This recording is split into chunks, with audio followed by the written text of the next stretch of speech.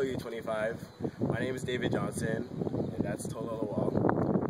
And what we did for our bonus project is we interviewed 5 microbiologists from Princeton University regarding concepts relating to topics we've covered in class and their research. So I am currently a postdoctoral research fellow in the lab of Tom Salavi at Princeton University in the Department of Molecular Biology.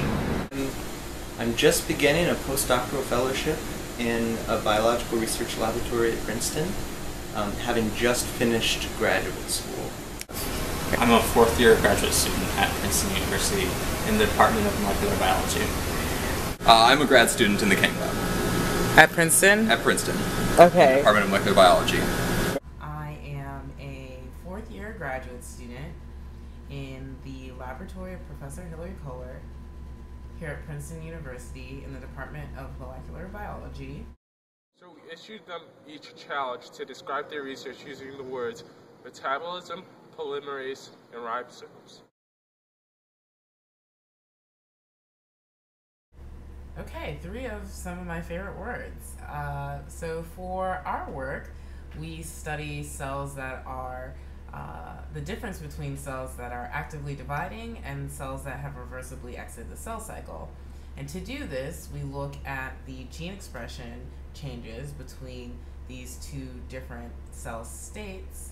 And these genes are transcribed into RNA by RNA polymerase, and later they can be translated by the ribosome into proteins. And from looking at data of RNA expression and other forms of data, our lab has found that there are significant differences between the metabolism of cells that are actively proliferating and cells that have reversibly exited the cell cycle. And we hope to use this information to better understand diseases of proliferation, such as cancer. Alright, so polymerase and ribosomes are 2 major molecular machines, and those machines are often targets of antibiotics. And it's really important to understand how antibiotics can target different machines like this and how cells will metabolize different antibiotics to try and break them down or pump them out of the cell. So a lot of what we spend our time doing is trying to figure out how we can sort of subvert this process of bacteria becoming resistant to antibiotics by developing mutations in these machines that then make them immune to these drugs. So cells metabolize, can I use that form of metabolism? Yeah, you can use anything. Cells metabolize glucose, which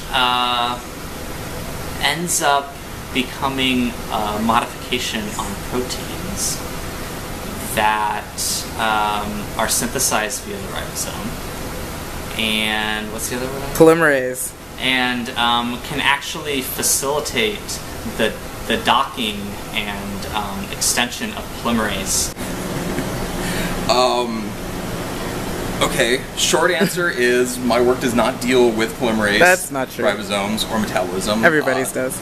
Long answer. So I'm working with these short RNAs called microRNAs, and these are going to be transcribed with polymerase, DNA polymerase, RNA polymerase.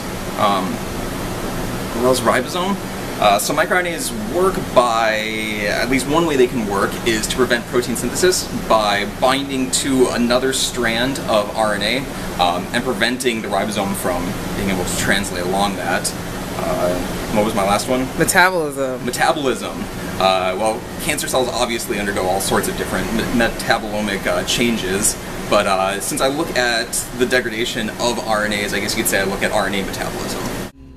Just wanted to show you a few of the topics that you've gone through in class and how they relate to everyday research that happens here at Princeton University in the Department of Molecular Biology.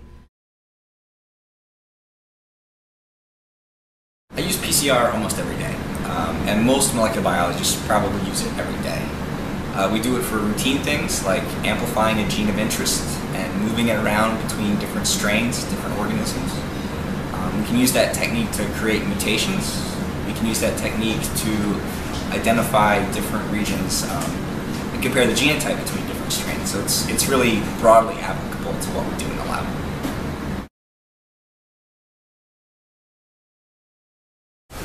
So in cell culture, what we study, we study sort of two systems. We study cells that are actively growing and dividing, and cells that are not growing, using this system called tissue culture.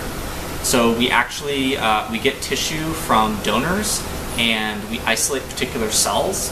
And believe it or not, you can put those cells on a plastic dish and put a liquid on top of them that has all the nutrients they need to grow, and growth factors and salts and all those things, and they will grow and divide and expand over that plate. That's a long process. Where we're at right now with the basic research side of it, we will try to develop all of the background technologies behind everything. So what we're going to do is we're going to try to find the molecular mechanisms that would actually be influencing osteoclasts, and try to look at this interplay between osteoclasts and the breast cancer cells. And if that works out, more than likely what we'll do is collaborate with an existing biotech company. So we'll go to somebody that already has this pipeline into the clinical trials. And what they'll do is they'll try it on a phase 1 set of patients. So normally these would be patients that are already at really late stages of breast cancer bone metastasis. And what they'll do is they'll go in and they'll try it on these kind of worst case scenario patients and see if there's any effect at all. And if that looks good, then we go into some of these later stage trials. We'll start looking at it in patients that might be at risk for bone metastasis. And that's where you start getting into some of the issues of having different controls, where you're going to be giving some patients placebos, some patients the actual thing, and starting to see if there's really an effect there. So what's the last phase? Phase 3? Phase 3. So if you get to phase 3, are you like a millionaire? So we do actually have a patent on some of the different technologies I've been working on. More than likely, if we get it to a phase 3, I will be making more than a grad student is normally going to be making. I don't know about being a millionaire. That doesn't say much. I think that money probably goes to my boss or to the university. The idea that my work has the potential to impact somebody or somebody's loved ones. And I really like the idea that we can use this research to actually benefit clinicians and patients. I like that it's actually applicable to human health. So one of the things that we care most about with the outer membrane is how that structure prevents antibiotics from entering bacterial cells. So we figure that if we can study how the bacterium builds its outer membrane, we would have an advantage for possibly constructing new antibiotics or developing new targets for new classes of drugs.